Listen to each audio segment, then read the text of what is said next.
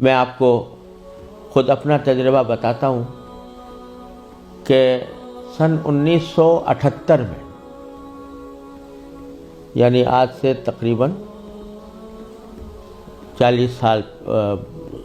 سال پہلے مجھے سب سے پہلے امریکہ جانے کا اتفاق ہوا۔ اس وقت سن 1978 میں سب سے پہلے میں امریکہ گیا تھا، اور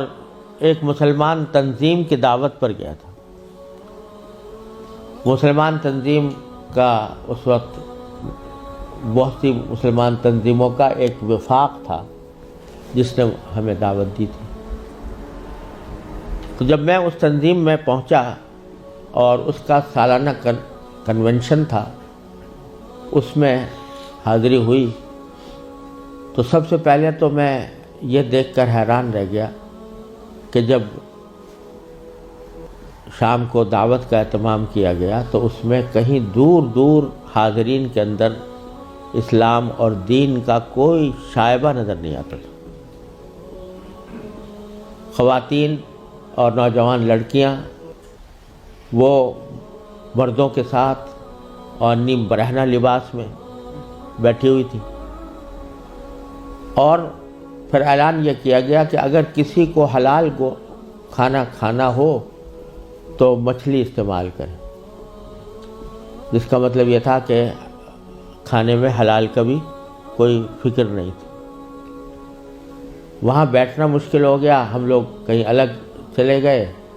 اس کے بعد معلوم ہوا کہ ایک رقص و سرود کی زبردست محفل منعقد ہوئی۔ ایک بوٹنگ کا پروگرام تھا، اس بوٹنگ کے پروگرام میں سارا جو پروگرام تھا وہ رقص و سرود کی محفل میں گم ہو کر رہ گیا۔ یہ سارے نظارے دیکھنے کے بعد جب مسلمان تنظیم جس نے دعوت دی تھی اس کے سربراہ سے میں نے شکوہ کیا کہ بھائی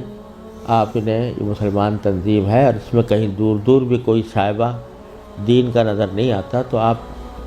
کیا کرتے ہیں، کس وجہ سے آپ نے یہ اجتماع منعقد کیا ہے؟ تو وہ لبنانی تھے وہ صاحب جن سے میں نے شکوہ کیا، تو اس کے جواب میں ان کی آنکھوں میں آنسو آنے لگے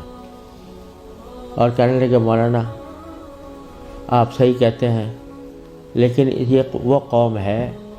کہ جس کے بارے میں بس ہم اتنا چاہتے ہیں کہ یہ کم از کم اپنے آپ کو مسلمان کہتی رہے۔ یہ اگر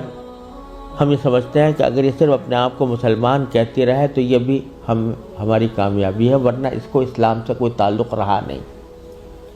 ان کے آباء و اجداد کھانے پینے کی تلاش میں، تجارت اور معیشت کی تلاش میں یہاں آئے تھے، ان کو اپنے بچوں کی تعلیم و تربیت کی کوئی فکر نہیں تھی۔ یہ اسی ماحول کے اندر پلے بڑے ہیں، اور اس کے نتیجے میں ان کو دور دور بھی کہیں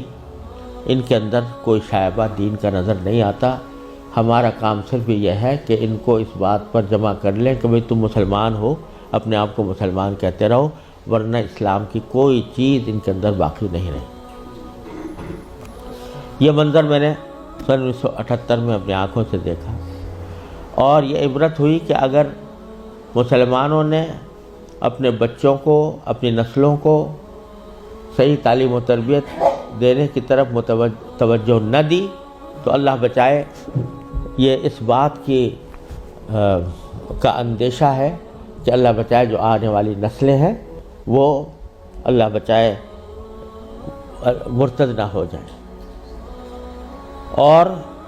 اگر خدا نہ کرے ہماری اس بے توجہی اور غفلت کی وجہ سے ایسا ہوا کہ ہماری نئی نسلیں گمراہ ہوئیں، غلط راستے پر گئیں، تو اس کا وبال ہمارے اوپر ہو، کیونکہ قرآن کریم کا ارشاد یہ ہے کہ یا ایھا الذین آمنوا قوا انفسکم واہلیکم نارا۔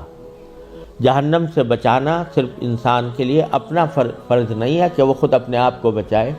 بلکہ اپنے گھر والوں کو بچانا بھی اس کی اپنی ذمہ داری۔ اور یہ بڑے شرم کی بات ہوگی کہ ہمارے آباء و اجداد نے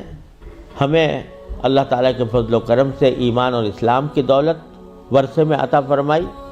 اور ہم اپنی اولاد کو اللہ بچائے غلط راستے کے اوپر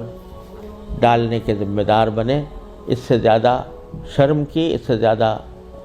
نقصان کی کوئی اور بات نہیں ہو سکتی۔ لہٰذا یہ مسئلہ جس اہمیت کے ساتھ توجہ کا محتاج ہے، اللہ تعالیٰ کا بڑا فضل و کرم ہے، اب حالات میں تبدیلی آ رہی ہے، خاص طور سے انگلینڈ میں اور امریکہ میں بھی اب بہت مسلمانوں کو اس طرف توجہ ہوئی ہے، ادارے قائم ہو رہے ہیں، لیکن جس پیمانے پر ضرورت ہے اس پیمانے کی ابھی تک کمی ہے، اور اس کا واحد علاج یہی ہے کہ جس کے دل میں بھی یہ درد ہے وہ دامے درہمے قدمے سخنے جس طرح بھی ہو سکے وہ ایسے ادارے قائم کرنے کی کوشش کرے، ان اداروں کے ساتھ تعاون کرے، اس میں اپنے بچوں کو بھیجنے کا